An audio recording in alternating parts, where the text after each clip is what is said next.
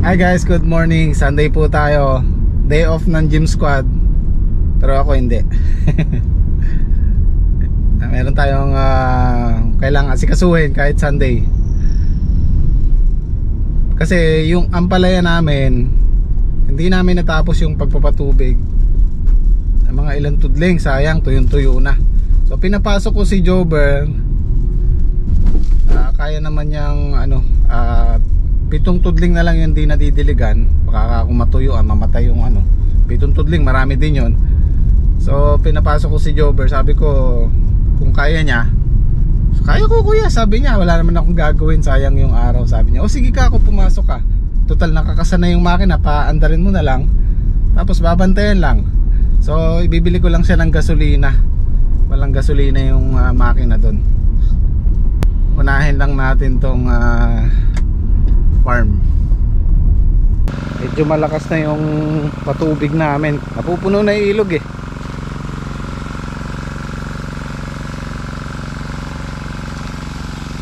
Kasi ang gasolina eh. Malakas na yung tubig, Jober, no? Malakas na, no? O pareho lang?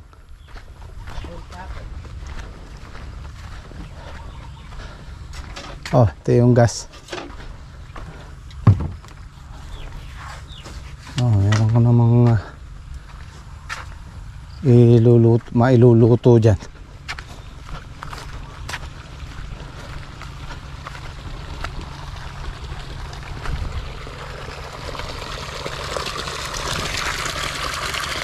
Okay guys, habang hinihintay natin si Jober, i-share ko lang sa inyo kung paano ako nag-umpisa sa YouTube. Paano nga ba nag-umpisa sa Jimmy Speaks TV sa YouTube? Okay, sa abroad yun, sa Taiwan ako. 12 years na ako doon. Meron pa akong 11 years. Meron pa akong 1 year tsaka ako naisipang mag-video. Pero hindi ko inaasahan, although alam kong may kita, pero hindi ko inaasahan na kikita ako sa YouTube. Dahil lang gusto ko lang mamimiss ko yung Taiwan, uuwi na ako, bibideo ko mga pasyalan. Tapos pag namimiss ko yung Taiwan, panonoorin ko lang sa YouTube. Hindi ko akalain na may manonood. Actually nung mag-gain ko yung first 1,000 views ko, tuwan-tuwa ako. Shoutout doon sa mga nakapanood nun. Talagang masaya. Yung time na yun siguro mga nasa 1,500 or 2,000 subscribers lang ako sa Taiwan. Kasi ako guys, kumbaga isa ako sa mga naunang Filipino na nag-vlog sa Taiwan. Kaya ako yung nag-start. Kaya pag lumalabas ako, may bumabati sa akin, mga kababayan natin, may nagpapapicture. Sabi ko, okay sabi ko, masaya pala to. Kaya tinuloy-tuloy ko. Nung matapos na yung kontrata ko, may ako ng Pilipinas. Nga pala nung time na yon nandun ako, tas may trabaho din si Mrs.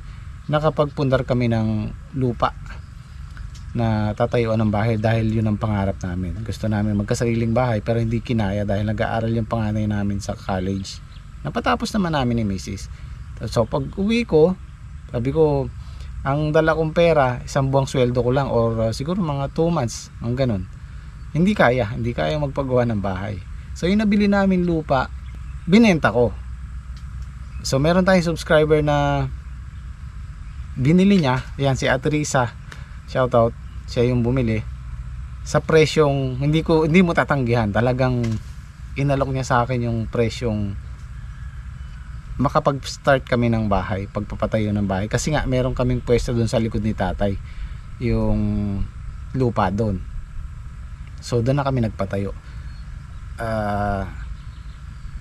Nabenta ko ng 500,000 yung lupa. Nag-start kaming magpatayo ng bahay. Tapos yun, hindi ko akalain na magbo-boom yung pagpapagawa ko ng bahay, related dun sa pagiging OFW. Nag-video ko ng OFW 12 years sa abroad pero walang sariling bahay. Yun, nag-boom yung 1.5 yata views. Sabi ko okay. So yun, tinuloy-tuloy ko yung pagpapagawa ng bahay. Although yung 500,000 na hindi kakasya. So nakasahod na ako sa YouTube. First sahod ko 8 28,000 yata ang sweldo sa YouTube kasi naipon yun, nasa Taiwan pa naka-address.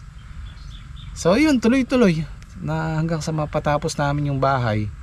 Actually inaabot ng halos 1 taon yata yung pagpapagawa na dahil kulang nga sa budget. So yun, doon tayo nag-umpisa. Nung matapos na yung bahay, sabi ko balik tayo sa farming kasi dyan ako lumaki. Nag-farming ako. Yun, tuloy-tuloy. So yun guys, kaya nagpapasalamat ako nakilala ko kayo. Sa ngayon, medyo masaya ako dahil naabot namin yung munting pangarap na magkasariling bahay. Masaya na kami, content, lalo na ako, kontento na ako sa ganitong buhay. Wala na akong hihilingin po kay Lord.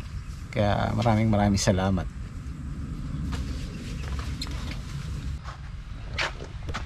Robert, bahala ka na dyan, no? Okay. Nga pala, may mga nagtatanong, meron daw mga bakanting walang tanim. Iniisip ko saan? Yung gitna may sili. Yung mga maliliit na space po, hindi na po pwedeng tamnan yan. Kagaya nung doon sa dulo, nakalilim. Hindi gaganda yung halaman pag hindi naaarawan. Tsaka hindi po biro yung yung 2 hektaryang taniman. Ayoko pong abusuhin ng gym squad dahil pag yun na pinatrabaho pa natin sa kanila, hindi na po kakayanin. Ang focus namin yung talagang main crop namin yan, kagaya ng talong, ampalaya, tapos yung susunod yung mga maliliit na space hindi na po natin kayahan trabahuhin dahil dito pa lang sa talong, sa ampalaya, ubos na yung oras natin sa maghapon sa 1 linggo. Kaya naman, kaya lang syempre bibigyan ko rin ng break yung gym squad. Ayoko silang sagarin sa trabaho. Meron pa tayo, kaya nga doon sa farm 1 kumuha ako ng ibang magtatrabaho dahil hindi na rin kaya. At yung madalas itanong sa akin, bakit daw wala nang tanim yung farm 1, wala nang, pinabayaan namin.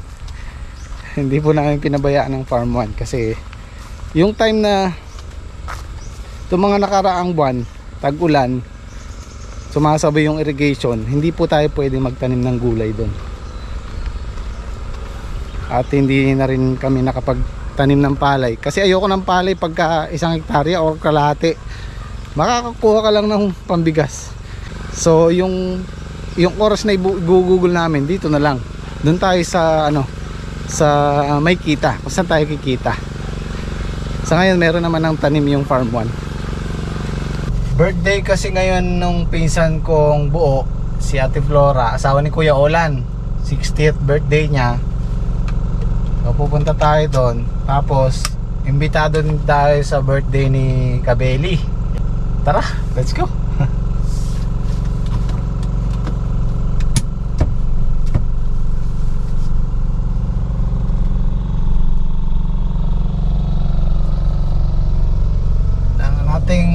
Bumalik.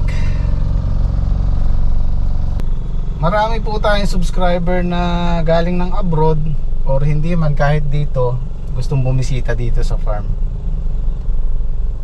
Advice ko lang po, pagka pumunta kayo rito, huwag nyo nang itidiretso yung masakyan doon sa sa dulo kasi wala tayong mamaniobrahan yan. Katulad yan, maaatras ako, pero malapit lang dito ko siya sinisilong sa may mangga.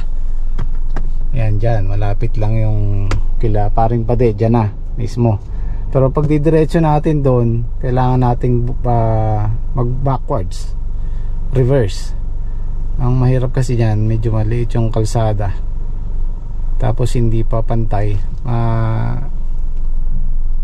Magagasgas po yung sasakyan dahil sumasabit sa mga sanga ng mahogany, yung mga dito sa pilapil, mga sanga-sanga dyan na mas mainam po. O yun nga lang, medyo maglalakad na lang kayong siguro mga 150 meters, ganun ang layo.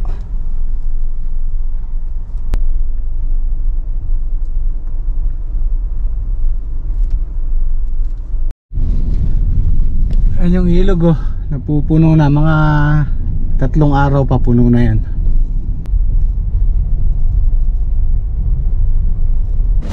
Bili lang tayong cake.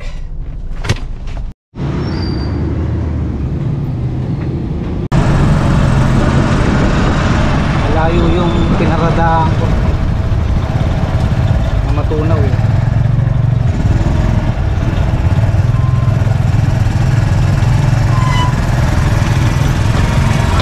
Ah. Ay. Dali lang. Basta ta.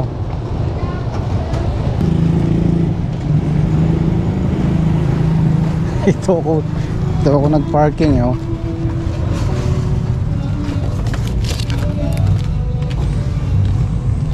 Ay puti, kaya nang umandar.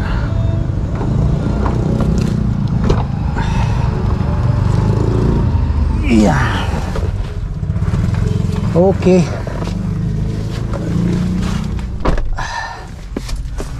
Punta tayo kila Kuya Olan. Yun na, may nakita na naman akong 4x4 na ang tawag nito, multicab. Ayun o. Ayun o, ganda ng gulong. Nakamags pa siya o. Pang off-road talaga.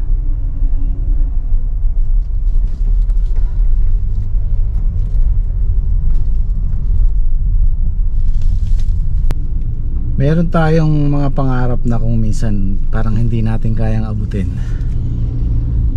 Kahit malaki man yan o maliit, focus lang tayo sa pangarap na yun. Huwag nating madaliin. Darating din yung araw makukuha natin yun. Parang ako, nung pag-uwi ko ng Pilipinas, motor lang pangarap ko, single. Kontento na ako nung nakuha ko yung Aerox, ang saya-saya ko. Hanggang ngayon naman masaya pa ako sa Aerox. Tapos sabi ko, pangarap ko yung 4 wheels, maisa kayo yung pamilya ko, nanay ko, biyanan ko. Eto, tawa ng Diyos, diba? Pero hindi ko yan kagaya niyang multicab. Gusto ko ring bumili para sa farm. Kaya lang ayokong pilitin dahil marami pa tayong mga priorities, lalo na sa bukid, yung mga gamit natin. Pag tumama tayo, tsaka natin kunin, tsaka natin bilhin. Kaya huwag po tayong magmamadali. Focus lang tayo sa pangarap natin na yun. Makukuha at makukuha natin yun, basta samahan natin ang dalangin tsaka sipag na rin.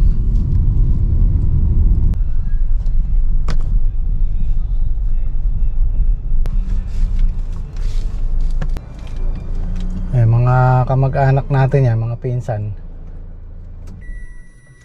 Sarado na yung daan. Sarado na namin. Dumating na presidente namin. Hoy, happy birthday!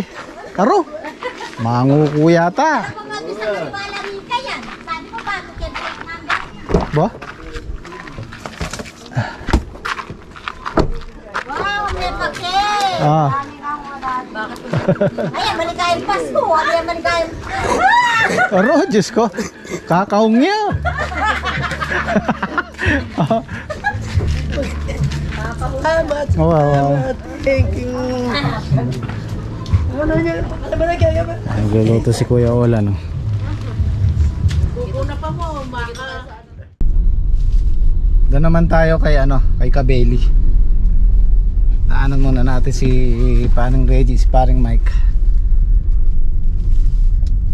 Ako yung unang bisitang kumain doon yata, kila Ate Flora, kila Kuya Ola. Kasi mag-aalas 12 pa lang. Meron akong nabanggit sa vlog ko dati. Napasyal kami sa malayong lugar, tapos nakikita ko tong bundok Arayat. Nabanggit ko sa vlog na ayun yung bundok namin. Sabi nung nag-comment, paano mo nasabing bundok yan? Hindi ka naman hindi ka naman Pampanga. Sige, bundok nila. Ay nako, Pilipino.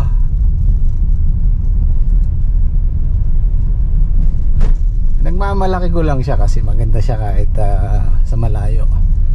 Basta gumuwi ka ng norte dito sa Pampanga, Nueva Ecija, yan ay una mong makikita. Actually sa NLEX pa lang kita mo na yan.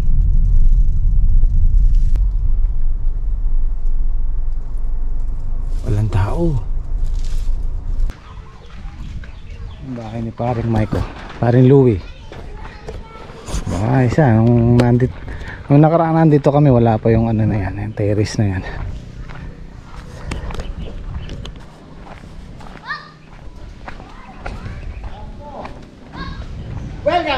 Pare, makikitanghalian ako. Hindi, tapos na. Galing ako sa birthday. Sa birthday nila? Yung asawa ni Kuya Olan, pinsang ko. Kala, birthday gabi. Oo nga, pupunta tayo mamaya. Sama ka ba? Oo. Hi, thank you. God bless. Oh, sige, tapos na. Yun o, kompleto na yung mga kumpadre. Si paring John Toy, paring Mac. Aray, mag-isa ka lang? Oo, mag-isa lang ako. May lagas sila ba din ulit? Ha? Aray. Bili lang kaming cake.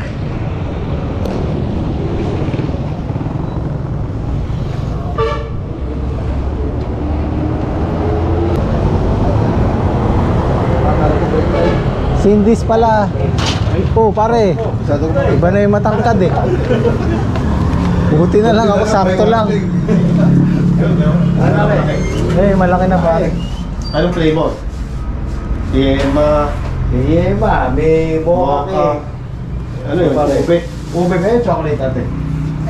Kasi baba? Chocolate. Chocolate. Ah, chocolate. Ah, sige. Pwede na yun. Ah, chocolate. Ano ba? Masulat mo nang lalagay yung English. Lagyan natin. Happy birthday, John Toy. Lagyan natin. Eh, Kabeli o Chef A? Kabeli siya. Ilan taon na ba si paring si Kabeli? Hindi ko rin alam pa rin. Hindi natin alam. Bata pa yun eh. Happy 21st. Pwede. Parang nasa ano lang ata yun eh. Para ilagay mo na lang from compadres. From your compadre. Oo.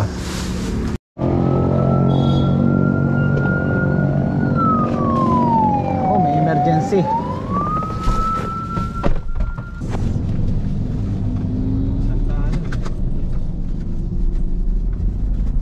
Di ba may tawag dito? May parang, ano yung burger dati na Cindy's? Oo. Yung kainan? Oo. Meron pa sila chicken barbecue. Masarap ang ano ron. Masarap yung burger dito. Tsaka yung chicken barbecue. Okay. O, papunta kila Kabeli. Actually, kumpare na namin si Kabeli. O, dalhin ko na yung sa akin. Ali. Ako sa point. O, sige.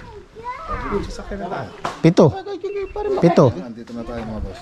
7. Ano yun pare? O, meron daw, pare. Kamusta? yung Japan? Ayun. Lamig. Ang init ka dito sa Pilipinas eh. Ay, sinama. Pare, dami raw hapon. Punta ko dyan po, puro hapon pala.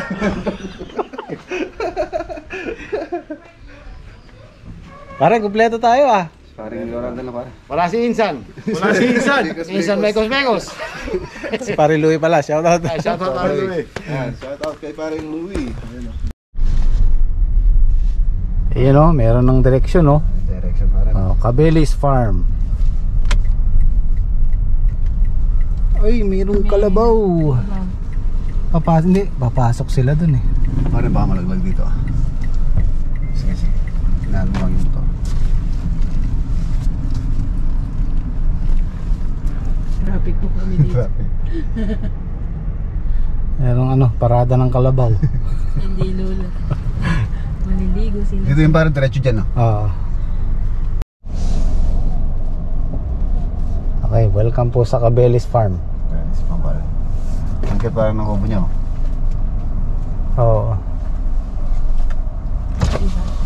Ay, pare. Happy birthday! Kaya ka ba natin paunahan natin pick up ng guy? Oo, sige. Parang di mo pare, 41 na si Kabeli. Hindi ka ako, hindi. 42 na ba ako? 42. Oo nga no. Next year. Oo, 41. 42 next year. Ay, singkat ko lang. Buwan lang yung ano. Buwan lang yung... Hindi naman tayo nagkakalayo pare. Oo. Oh, Diba, siya. 42 na.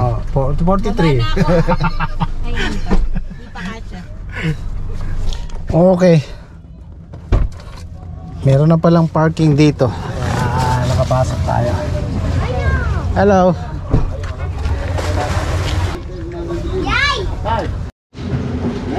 Kain tayo, kain.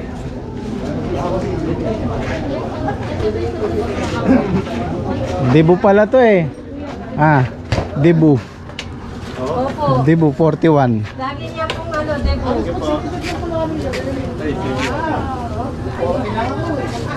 Ito yung... Ay, salamat po. Pare, ito yung nahanap po YouTube logo. Ayun, pare. Napamangkin ko. Ginawa ko na. Meron pala doon eh. Gumagawa niyan. Kanina kasi nagpapalagay din sana kami. Yan, siya sabi ko Nahuli yan na ang eh. gagawin ko. Sabi ko sa inyo. Pamangkin ko po nagawa niyan. Meron na pala eh.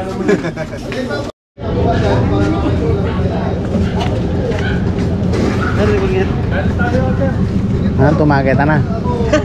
Wala ko sana. Huling maka-chop-chop. Wow, thank you.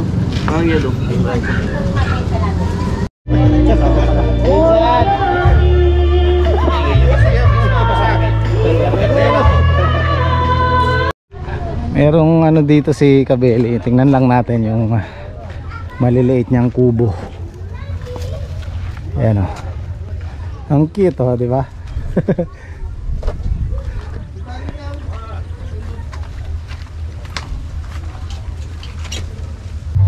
Ayun o.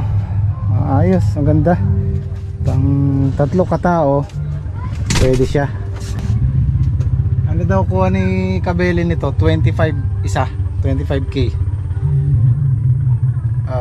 Actually 27. Kumuha siya ng dalawa, 50. Ganda. Ganda sa farm. Hindi siya, yan ang kainaman ng pawid. Ano siya? Presko.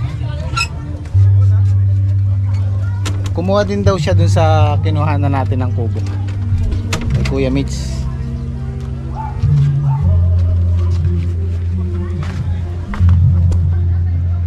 Di ba?